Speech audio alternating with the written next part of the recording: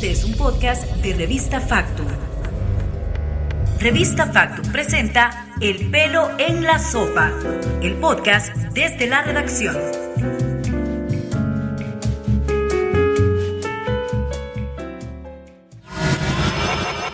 Ayer Jesús afinó mi guitarra y agudizó mis sentidos. Me inspiró. No sabemos qué tiene el Salón Azul. Si el wifi es más rápido o si es por los ventanales que dejan entrar más potente la señal divina.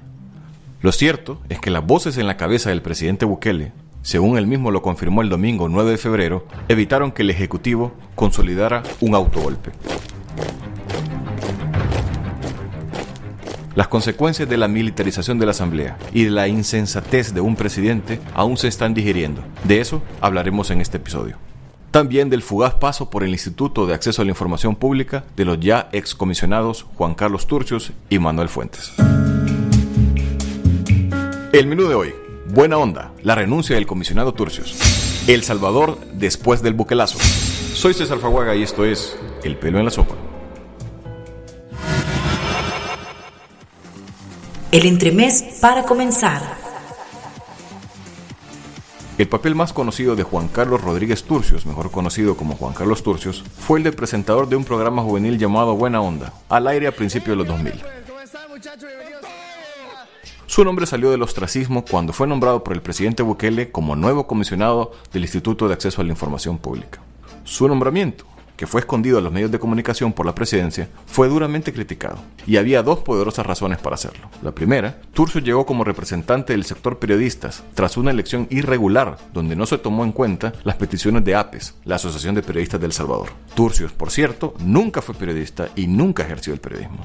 La segunda razón, Turcios fue hasta el 7 de febrero, es decir, un día antes de su nombramiento, director de comunicaciones del Ministerio de Gobernación. Casa Presidencial había puesto en el IAIP a un empleado suyo.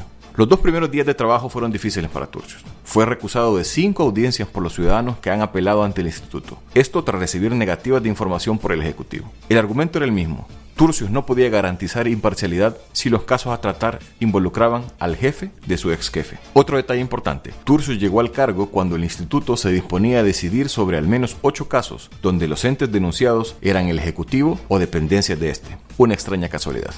Turcios finalmente renunció este 12 de febrero. Y lo mismo hizo un día después su suplente, Mauricio Fuentes. Ambos llegaron por la Asociación de Periodistas Independientes de El Salvador, un grupo que de periodismo tiene muy poco.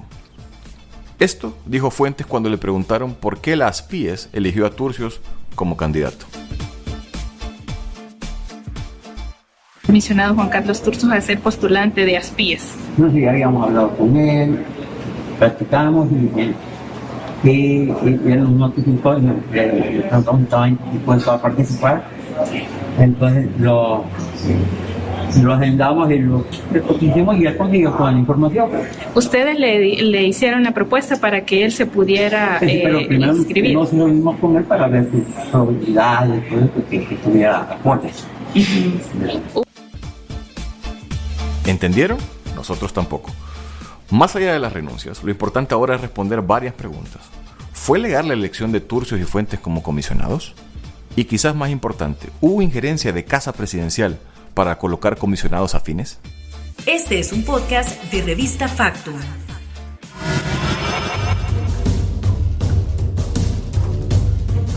La Sala de lo Constitucional admitió un recurso contra la decisión del Consejo de Ministros que pretendía obligar una sesión plenaria de la Asamblea Legislativa. Esa decisión, que incluyó una medida cautelar sobre el uso político de la Fuerza Armada, fue fundamental para menguar los ánimos después de la toma militar de la Asamblea. Algunos seguidores del presidente Bukele aseguran que invocarán de todas formas el derecho a la insurrección. Asesores legales del presidente incluso han dicho que habría que revisar la potestad del control constitucional de la Sala de lo Constitucional. El valor de los bonos de El Salvador en los mercados internacionales ha caído. Esto tras la percepción de riesgo de potenciales inversionistas tras el golpe. Mientras los periódicos del mundo claman con unanimidad que es inaceptable la militarización del Congreso y el rompimiento del régimen democrático. Las consecuencias de la toma aún son inciertas. En el estudio nos acompañan Ruth López, abogada y catedrática de la UCA, una de las responsables del recurso admitido por la Sala de lo Constitucional, y Ricardo Baquerano, periodista con amplia experiencia en análisis político. el plato fuerte, el especial de la casa.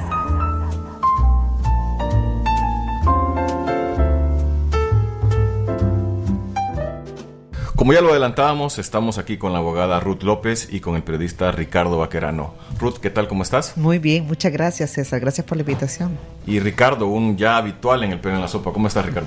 Hola, César. Mucho gusto. Hola, Ruth. ¿Ya se conocían? ¿No? Yo solo por Twitter. Entiendo que ella dice que pelea conmigo en Twitter. ¿En serio? No, soy incapaz de pelear. Bueno, lo hemos convocado acá un poco para tratar de generar el diálogo. Ya se ve que el país ha estado en los últimos días en un ambiente bastante tenso, bastante violento, después de la toma militar de la Asamblea Legislativa del pasado 9 de febrero.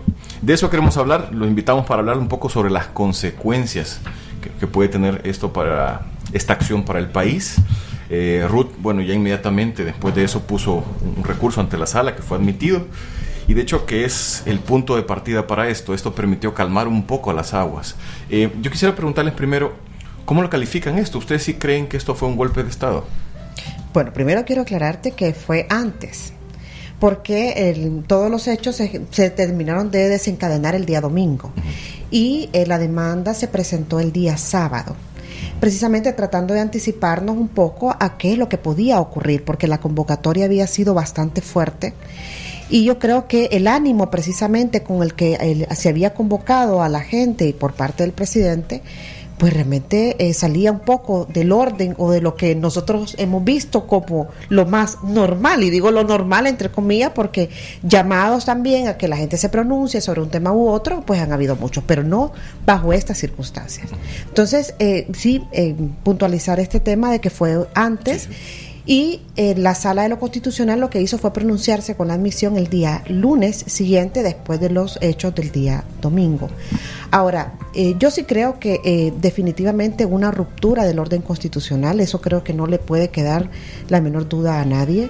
Si nosotros hacemos un análisis de la Constitución a partir no solo de las facultades del órgano legislativo, sino también de las facultades del órgano legislativo, es una situación que está fuera totalmente de este marco constitucional, y creo que así lo marca desde el inicio la admisión de la Sala de lo Constitucional el día lunes. Y ese llamado que se hace tanto al Ministerio de Defensa como a la Policía Nacional Civil a que se atengan al texto de la Constitución y a los precedentes constitucionales que ya había marcado la Sala en sentencias anteriores, creo que es muy revelador, precisamente porque lo que está diciendo es: mire, usted no puede hacer nada que esté en contra de lo que está establecido en la Constitución. Y esto definitivamente marca un punto de distancia con la normalidad que incluso ha sido el discurso que ha manejado posteriormente Casa Presidencial. Evidentemente la repercusión fue inmediata porque embajadores, o sea, hemos visto medios internacionales, hemos visto organismos de derechos humanos internacionales, hemos visto instituciones nacionales, o sea... Creo que lo que no hemos visto, Ruth, es alguna institución civil que haya apoyado, que haya ido en contra. No, exactamente. Eso sería lo raro, porque evidentemente se ha generado una reacción de preocupación sobre lo que está ocurriendo en El Salvador. O sea, El Salvador, después de los acuerdos de paz, a 28 años de los acuerdos de paz, más allá de las imperfecciones que tiene nuestra democracia, porque nosotros no podemos hablar de un sistema perfecto y acabado, ni mucho menos, falta mucho para hablar de democracia realmente en El Salvador, no solo por la falta de garantía de derechos fundamentales, sino también por la falta de control de las instituciones públicas, de ese control horizontal necesario y vertical también entre los ciudadanos y entre los mismos poderes públicos. Estamos hablando de una democracia imperfecta, definitivamente, pero después de los acuerdos de paz habíamos venido caminando pues medianamente en un esquema de diálogo, y repito, más allá de las diferencias que en cada uno de los gobiernos se ha ido planteando. Pero esto fue realmente una ruptura. Creo que estos llamados de los organismos internacionales, de los países también, hubo pronunciamientos de todas las denominaciones de izquierda, de derecha, de gente que apoyaba en otros países un golpe.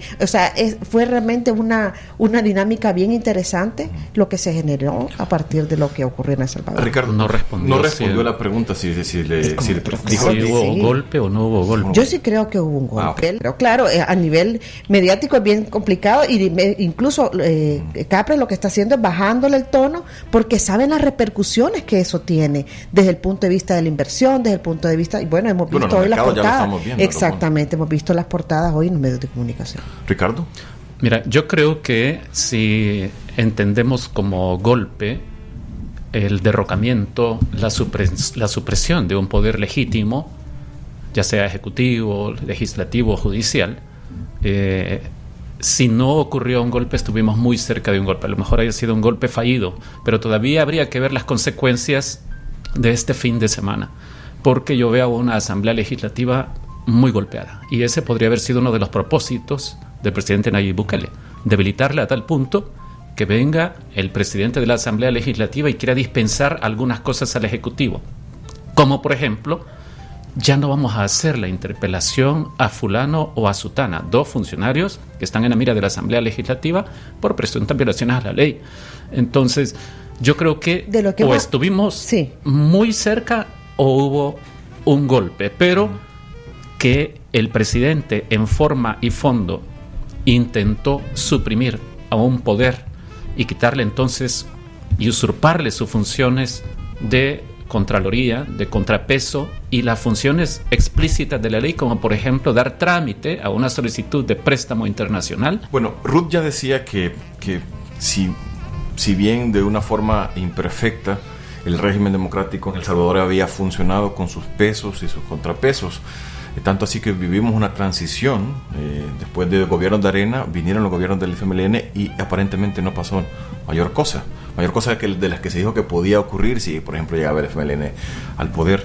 Es significativo que ocurra justamente ahora, cuando la presidencia de Nayib Bukele para muchos analistas fue como cerrar la posguerra y entrar a un nuevo proceso.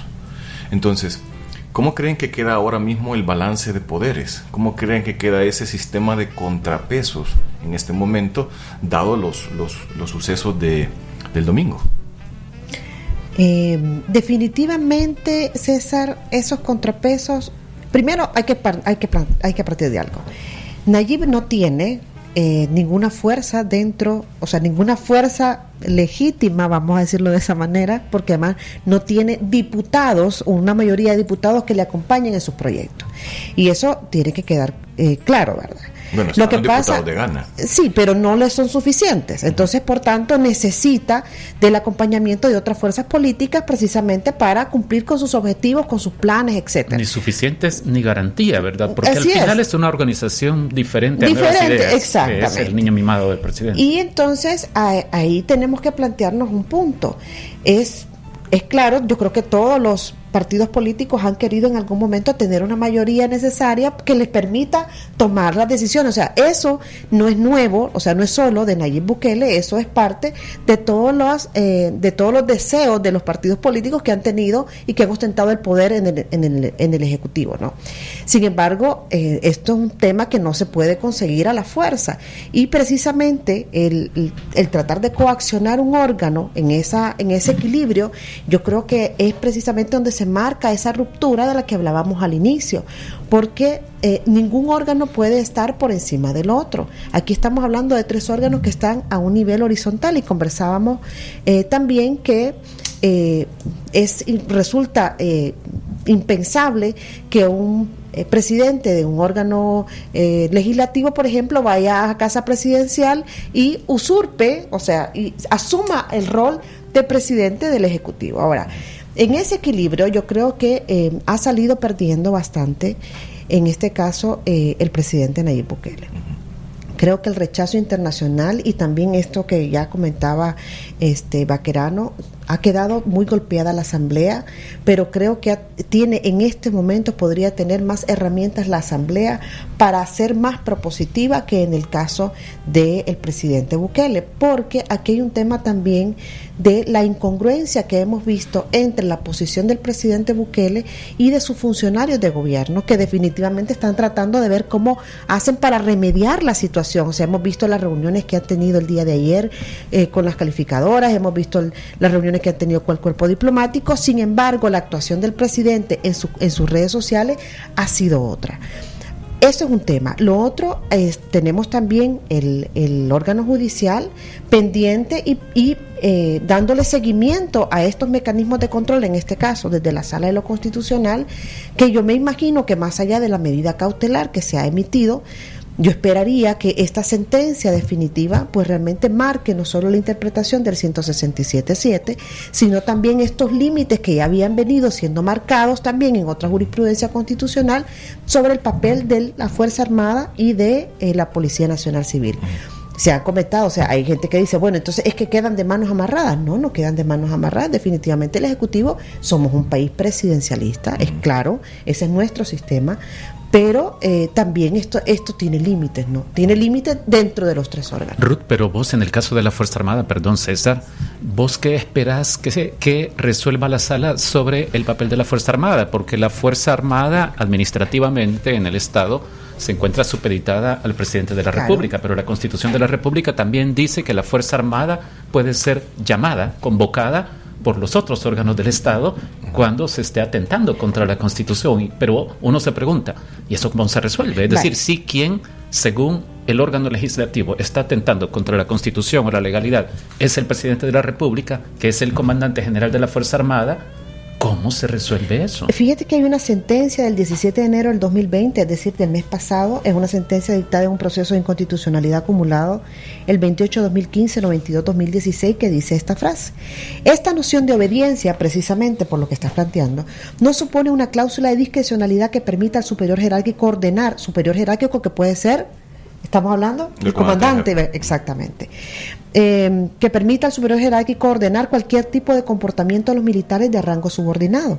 Los mandatos u órdenes que surgen en el seno de la institución castrense tienen límites, y uno de ellos es el principio de subordinación al derecho y de forma particular a la Constitución. Entonces, por supuesto, en esa contradicción, aquí no está planteado, no estaba planteado el caso para la situación en la que ha pasado, pero sirve de base porque además la misma resolución te dice que el artículo 235 de la Constitución prescribe que todo funcionario militar, antes de tomar posesión de su cargo, protestará bajo palabra y honor, ser fiel a la República, cumplir y hacer cumplir con la Constitución. Y además te agrega, al realizar una interpretación sistemática de los artículos 211 y 235 de la Constitución, se concluye que los superiores jerárquicos pueden ordenar a los subordinados el cumplimiento de determinados comportamientos con el propósito de mantener la disciplina siempre y cuando tales mandatos sean acordes a la Constitución. O sea, creo que es la sentencia esta, que es de enero de este año reciente, creo que da bastantes parámetros de lo que puede resolver precisamente la Sala de lo Constitucional a la hora de ponerle límites a este Ministerio de Defensa, que definitivamente para mí lo que debiera ocurrir en este momento es una interpelación al ministro de Defensa y al director de la Policía. Pero aquí es que no me queda claro esto, Ruth. Aquí lo que están haciendo es atribuyendo ¿a quién? Al ministro de la Defensa en funciones, quizás, o de turno, para que él se ponga a analizar con sus asesores legales si lo que está haciendo el presidente de la República está fuera de la legalidad y por lo tanto deberían actuar de una forma determinada. Es que en el momento en el que se le da una orden que pudiera, bajo las valoraciones que hace, precisamente por el uso político que se le ha dado a la Fuerza Armada, porque ese es el otro punto, o sea, la Fuerza Armada no debe tener, bajo los principios constitucionales, un uso político, y es lo que ha ocurrido. O sea, el ministro de la Defensa lo que debió haber hecho en ese caso es decir, negarse. No, porque además... Pero ¿viste lo que dijo el ministro de la Defensa? Claro. Que habían jurado lealtad al presidente, y yo me pregunto, ¿y esto dónde está en la Constitución? Exactamente, precisamente ahí está la ruptura. Hay un punto y agrego otro ítem. Nosotros aquí en Factum publicamos una nota que demostraba una cosa, que fueron buses del Estado, placas nacionales, que trasladaron a miembros del partido Nuevas Ideas, el partido del presidente Bukele, desde varios puntos del país hacia la concentración, hacia el meeting que hubo frente a la Asamblea Legislativa. Esos buses fueron manejados por militares. Es decir, de hecho hay evidencia gráfica de eso.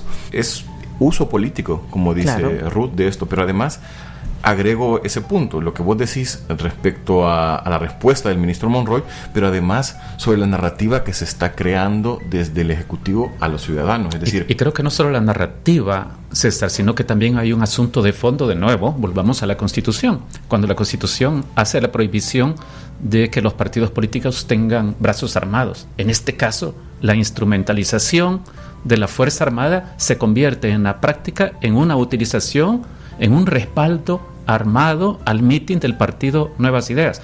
Por lo menos yo como periodista, Ruth, es la conclusión que saco de esto que plantea César, ¿verdad? Esa escena terrible que vimos de militares conduciendo a gente de Nuevas Ideas hacia el mitin del presidente. Así es.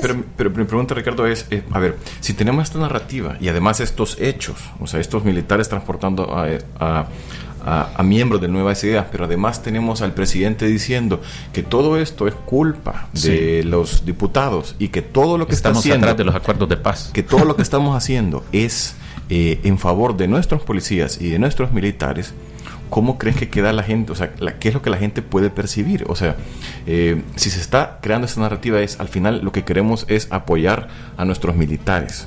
Es decir, ¿qué tanto el país puede salirse de este embrollo que supone que tengas a una figura como el presidente dándole todos los días diciendo que esto es para la salud de nuestros militares, de nuestros policías, y por otro lado tengas a la Sala Constitucional diciéndole la Fuerza Armada no puede tener un uso político? No, hemos llegado al punto más bajo en la historia del país después de 1992 en cuanto al rol de los militares, que causó mucha tensión y estuvo a punto de frustrar la firma de los acuerdos de paz a finales de 1991, porque no se ponían de acuerdo. Los militares evidentemente no querían la comisión ad hoc ni la comisión de la verdad, pero finalmente los militares accedieron a irse a sus cuarteles y muchos, importantísimos, a irse a sus casas. Lo que vimos nosotros con el presidente Mauricio Funes fue una cosa de escándalo, ¿verdad? Darle de nuevo vida política importante a los militares. Ya con el presidente Sánchez Serén vimos una agudización del papel de los militares como actores políticos. Vimos al ministro Munguía Payés hacer un operativo para ir a intimidar a la Asamblea Legislativa también. Esto fue, creo que con los aviones y los tanques. Sí, con Mauricio Funes todavía. Pero hemos visto algunos episodios sumamente preocupantes de deterioro respecto de la sujeción teórica de los militares al poder civil, cuando impidieron que la Fiscalía hiciera un procedimiento para revisar los archivos, por ejemplo. Y hubo otro episodio, no recuerdo cuál fue, creo que tenía que ver con acceso a la información pública, en el que el Ministerio de la Defensa también dijo no.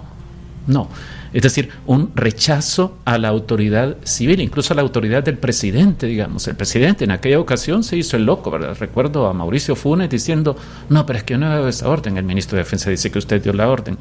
Pero nunca había ocurrido lo que hemos visto hoy. Hoy me parece que se le ha puesto chaleco de partido político a los militares. Es decir, han dejado el verde para ponerse el color del partido Nuevas Ideas.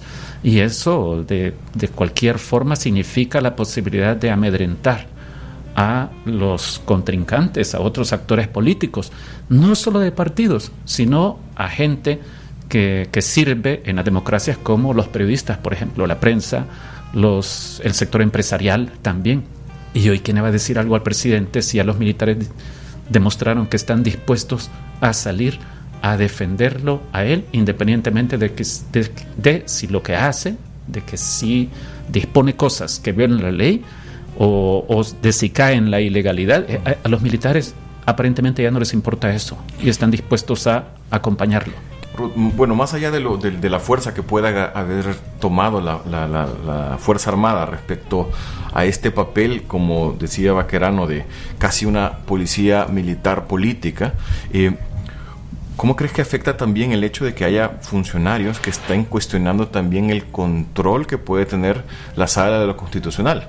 Y esto lo menciono por el hecho de declaraciones que tuvo en la entrevista frente a frente este 13 de febrero, uno de los asesores de la presidencia, el señor Javier Argueta, que también fue asesor, antes trabajó para la ANEP, que dijo que había que revisar si el fallo de la sala era constitucional o no.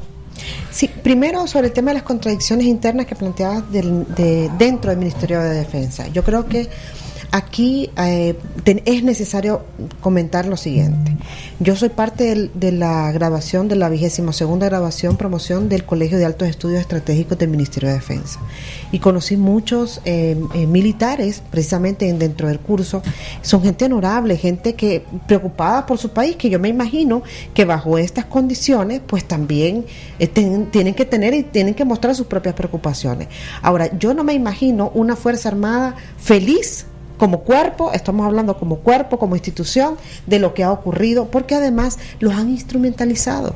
Y esto yo creo que es una responsabilidad que tiene directamente, en este caso, el ministro Monroy, que para mí tendría que ser interpelado. Y en el caso, igual que el caso del director de la Policía Nacional Civil.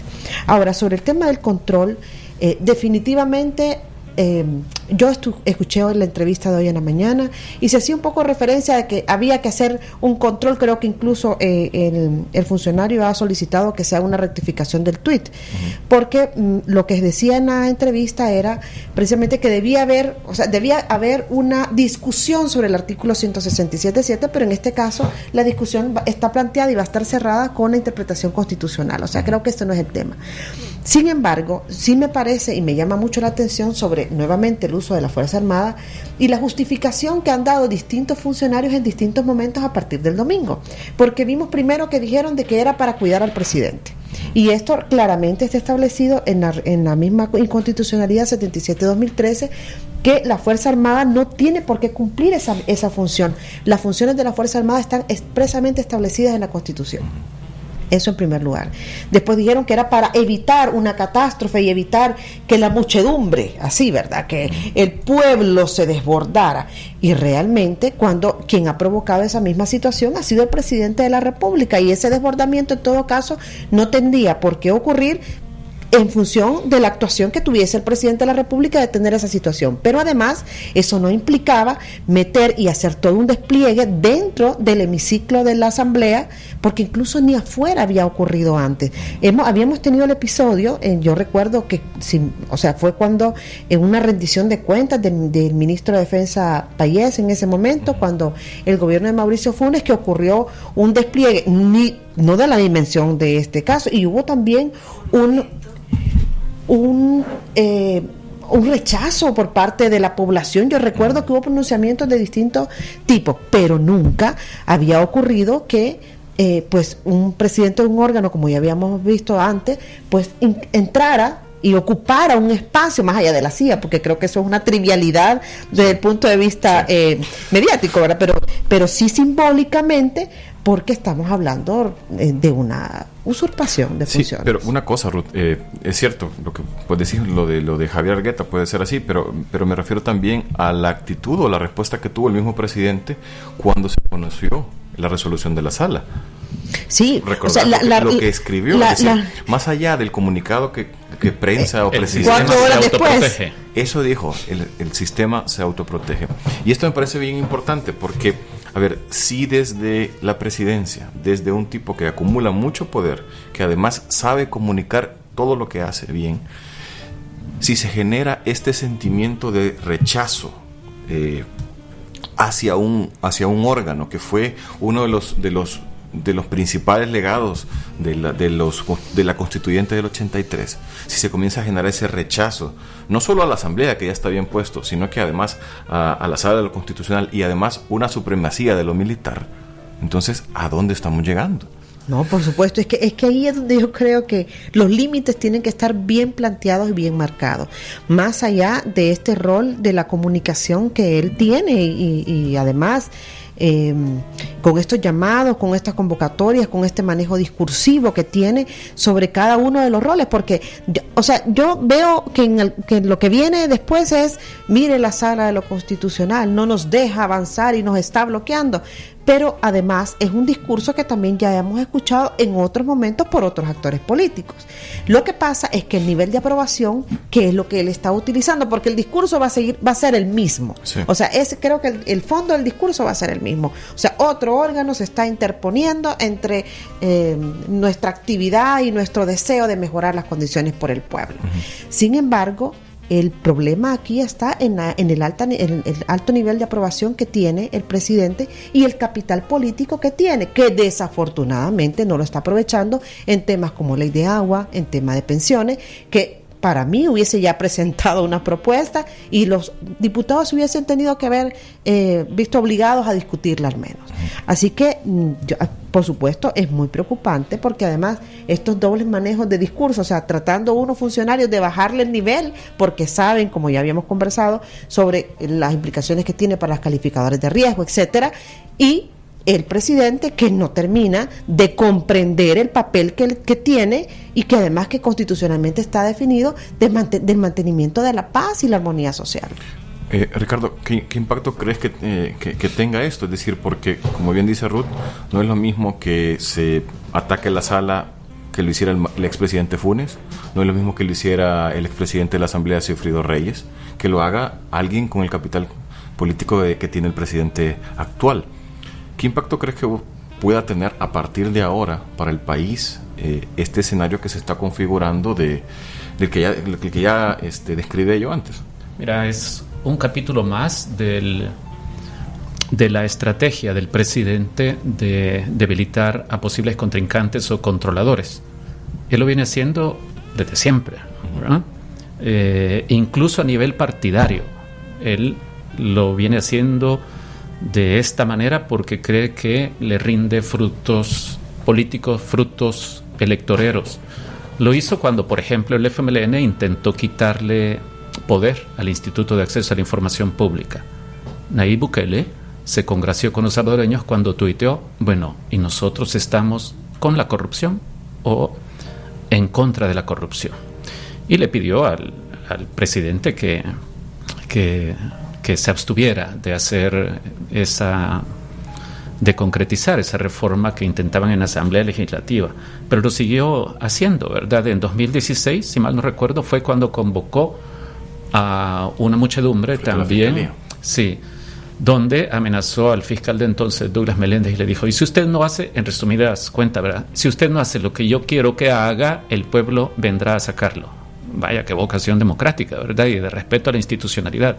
En octubre de 2018, cuando ya estaba muy intensa la campaña, Nayib Bukele llegó como candidato a la Universidad de El Salvador y también resumo lo que él dijo ahí al montón de jóvenes que estaban escuchándolos. Y les dijo, porque los diputados tendrán que aprobar las leyes que les pidamos que aprueben y si no lo hacen, el pueblo irá a demandárselos que lo hagan. ¿Y qué van a hacer los diputados? Van a llamar a la policía. ¿Y quién es el que le da órdenes a la policía? El presidente de la República. Y entonces van a llamar al ejército. ¿Y quién es el comandante general de la Fuerza Armada? Creo que en octubre de 2018 avisados estábamos. Él advirtió que tenía la disposición a considerar la posibilidad de disolver una asamblea legislativa, aprovechando este capital político enorme que menciona Ruth, ¿verdad? Entonces, lo de la sala del Constitucional es atacar a un órgano que puede serle incómodo para sus propósitos de controlar todo y de decidir todo. Y se hace acompañar de esto que es histórico, ¿verdad? Yo creo que él definitivamente le abrió la puerta a ese monstruo que estaba enjaulado desde la firma de los acuerdos de paz, que es la Fuerza Armada. La ha soltado. ¿Esa consideraríamos que es la principal consecuencia de todo esto? Yo creo que ese es el principal hecho que vemos ahora, aparte de que él ya se retrató, esta selfie que se tomó es de soy golpista, ¿verdad? Es decir, que hay dos cosas, soy golpista y he soltado al monstruo de la Fuerza Armada para que haga lo que yo quiera. Y yo creo que ahí es importante otro elemento. Yo creo que la ciudadanía tenemos que tener un papel distinto, tenemos que jugar un papel diferente. O sea, las redes sociales nos sirven para canalizar, para, ¿verdad?, desestresarnos, para estresarnos y para movilizar. Para pelear en tu caso. Para pelear en mi caso. Pero creo que tenemos que pasar a otro nivel. O sea, el control, nosotros tenemos que activar el control de las instituciones. Creo que hasta hace un tiempo todos nos mirábamos como a ver quién lo hace, ¿no? Y yo creo que es momento de que cada uno asuma su rol. O sea, no me imagino, por ejemplo, que los periodistas vayan a quedarse de brazos cruzados después de lo que pasó el domingo. Ruth, pero hablando de control, ¿cómo se hace con una institución como la Fuerza Armada, tomando en cuenta cómo funciona la Fuerza Armada? Por un lado, tiene mucho dinero que puede usar de forma discrecional, amparándose, por ejemplo, en cosas como seguridad nacional. Es decir, creo que muy poca gente sabe qué hace en realidad la Fuerza Armada. Tiene armas, ¿verdad? Sí. También tiene acceso a información privilegiada porque tiene su propio aparato de inteligencia. Entonces, nos sabe todas las cosas a todos nosotros, incluidos los políticos, la iglesia, los jueces, es decir, órgano judicial, asamblea legislativa, a todo mundo. Hay un secretismo increíble en una institución que es totalmente vertical, que se entienda que sea vertical, pero la pregunta es, ¿cómo se puede controlar a una institución como esta cuando hemos visto lo que pueden hacer los militares una vez los sacan de la jaula o cuando no han entrado a la jaula, como sucedió con los militares? Pongamos países comparables, en Guatemala, en Honduras, vinculados al narcotráfico, al crimen organizado o que dan golpes de Estado. Pero yo creo que ahí, o sea, si nosotros tuviéramos, voy a poner si tuviéramos, un tribunal, voy a empezar de lo más simple hasta lo más complejo, desde un tribunal de ética gubernamental, de una Fiscalía General de la República, de una Asamblea Legislativa, donde cada una tuviese, de la Sala de lo Constitucional, donde cada una jugase su rol. El Instituto de Acceso a la Información Pública, eso de definir qué cosa, qué sí es parte de la seguridad nacional, qué no es parte de la seguridad nacional, precisamente para mantener reservada la información, por ejemplo, yo creo que son sumamente relevantes. Por eso digo que el control se ejerza, y se ejerza a partir también de la activación que cada uno de los ciudadanos haga, porque lo que no puede pasar es, no, entonces no va a funcionar, no hagamos nada. Eso es lo que no puede pasar. ¿Ha sido suficientemente enérgico el fiscal general? No, por supuesto que no. Es que ahí es donde está el tema, ¿verdad? Porque el fiscal general, podemos cuestionar, yo me lo cuestiono, si realmente va a cumplir con su papel, más allá del comunicado que salió ayer sobre algunos llamados que están haciendo algunas personas para continuar con este tema de la insurrección. Y el fiscal dice, bueno, mire, esto no lo haga, estamos investigando, etcétera. Yo me lo cuestiono todo el tiempo y creo que el fiscal general realmente falta, no este fiscal general, creo que la Fiscalía General de la República, porque esto es un tema institucional. Pero el fiscal salió con una posición muy enérgica que voy a tratar de parafrasear. Dijo, ustedes, policías y soldados, han hecho ver muy mal al presidente. Me pregunto si la Fiscalía es la encargada de garantizar la legalidad o la etiqueta de los funcionarios. Pero mira, más allá de eso, Ricardo, que creo que me parece bien importante, uno esperaría de la Fiscalía o del Fiscal General más de tweets, acciones concretas. Es decir, si se ha determinado la violación de algún o el cometimiento de algún delito, pues una administrativa. Entonces... Y no ocurre. Sí, ¿qué pasa entonces si la institucionalidad falla? O está fallando, como hemos visto. Pues sí. ¿Qué más le queda a los ciudadanos? Bueno, primero, lo que no podemos hacer es quedarnos solo y quejándonos en redes sociales. Eso en primer lugar. Yo creo que precisamente el presentar denuncia, porque si la institución no actúa de oficio, porque eso es lo otro, ¿verdad? Uh-huh. Ayer un ciudadano decía, es que con el uso de los vehículos, por ejemplo, uh-huh, el uso de los vehículos del Ministerio de Defensa, es que están utilizando, si la institución no está funcionando, pues entonces vamos y presentemos la denuncia. Pero hay que canalizar cada una de estas cosas. Por supuesto, puede llegar un momento, y ha llegado también, porque esto no solo ocurre en este momento, lo que pasa es que este es un momento de crisis, evidentemente, donde hay un conjunto de instituciones que debieran funcionar a un ritmo que todos esperamos que funcione y que no están funcionando. Pero ese es otro tema. Pero ¿qué se puede hacer? Es decir, cuando vos decís, bueno, dejemos de comentar, de actuar solo en las redes sociales. ¿Y qué hacemos entonces? ¿Se puede activar, por ejemplo, el sistema interamericano? Los periodistas creo que podrían apelar al sistema interamericano y pedir medidas cautelares tomando en cuenta que hubo restricciones de prensa. Yo primero que los periodistas presentaron amparo. Uh-huh. Es lo primero que debieran hacer. Ante la sala. Ante la Sala de lo Constitucional. Ya, una cosa que me preocupa, y esto un poco para ir cerrando, porque aquí podríamos pasar hablando todo el día. una de las cosas que me preocupa es si al final la institucionalidad no funciona, y si los llamados internacionales se quedan cortos para todo esto, es qué pasaría en las calles. Es decir, porque por un lado hemos visto que el presidente ha demostrado mucho músculo, llamando a sus correligionarios, miembros de partido, empleados gubernamentales o lo que sea, pero por otro lado hemos visto muy poca respuesta ciudadana en las calles, de gente que está en contra de esto. Es decir, ¿qué pasa si al final la gente decide salir de la burbuja y hay un choque entre los que están ciegamente confiados en la voluntad del presidente Bukele y los que no? Si no funcionan los mecanismos de control, evidentemente no vivimos en democracia.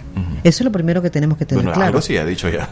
Por eso, estamos jubilándolo. O sea, exacto, si los mecanismos de control no funcionan, no estamos hablando de una democracia, podemos hablar de un remedio, pero no de una democracia. Y nosotros sabemos, ya lo hemos conversado, que tenemos una democracia imperfecta y tenemos que ver. Ahora, el tema de cómo la ciudadanía se pronuncia, de cómo la ciudadanía se moviliza, yo creo que definitivamente falta mucha movilización ciudadana, porque aquí estamos, y además hay mucho miedo, porque esa es otra cosa. Yo creo que la gente también, hay personas que tienen miedo de actuar, y lo puedo decir por la propia experiencia que yo acabo de tener el fin de semana. Incluso miedo de tuitear, ¿verdad? Exactamente. ¿Te han amenazado? No me han amenazado, pero hay gente que me ha escrito, cuídate, mira, no sabes de lo que son capaces. Yo digo, bueno, o sea, puedo pensar, puedo imaginar o puedo creer, pero si todos pensamos de la misma manera y nos quedamos con las manos cruzadas, pues entonces mejor que hagan y deshagan, ¿verdad? Entonces no estuviéramos hablando en esta entrevista el día de hoy, ¿no? Sí. Bueno, un poco sin el poco, ya para terminar, primero les quiero agradecer y antes les quiero hacer una pregunta rápida. ¿Qué tan, del 1 al 10, qué tan esperanzados están de que esta crisis se supere? Bacán. Yo no me caracterizo por el optimismo en este tipo de asuntos, ¿verdad? Y creo que si uno mira 2, que está sumado con 2, eso es 4. Hay mucha gente que se aferra a la posibilidad de que 2 más 2 no sea 4, sino que sea 10. Yo creo que andamos por un 4 en calidad de democracia, en una caída importante, cortesía del presidente Nayib Bukele. Yo veo muchas dificultades de que esto se supere. Creo que desgraciadamente sigue siendo muy importante el rol de la comunidad internacional, el rol de Estados Unidos. Yo creo que el embajador jaló la rienda, ¿verdad? A última hora, y eso impidió que ocurriera una cosa más grave, pero yo no tengo expectativas buenas, porque el presidente sigue amenazando, y habría que preguntarse esto: ¿por qué alguien que hizo la campaña más acaudalada para la presidencia de la República, que dijo que jamás se iría con un partido tan corrupto como Ghana, y se fue con Ghana, que no nos ha querido decir quiénes son sus financistas, que no nos ha querido decir cuál es su plan de seguridad, porque dice, y el 90%, lo que no saben es que el 90% de mi plan es secreto? Cuando tenés a un presidente que actúa así, yo no creo que tenga ideas buenas para beneficiar a los salvadoreños. Creo que tendrá otro tipo de ideas. A ver, yo tampoco soy muy esperanzada. No te veo tampoco, ¿no? No. Y además porque pareciera que estamos en un momento de que la resolución de esta crisis parece depender de quién logra ponerle el bozal a las Fuerzas Armadas. Y también depende mucho, yo creo, que de la humildad del presidente. Y la humildad del presidente de reconocer que se equivocó, y eso no va a pasar. Ya. Pues nada, con ese mensaje los dejamos en este Día del Amor y la Amistad. Muchas gracias, Ruth, por habernos acompañado. Y gracias, Ricardo. Gracias por invitarme. Ha sido un gusto. Este es un podcast de Revista Factum.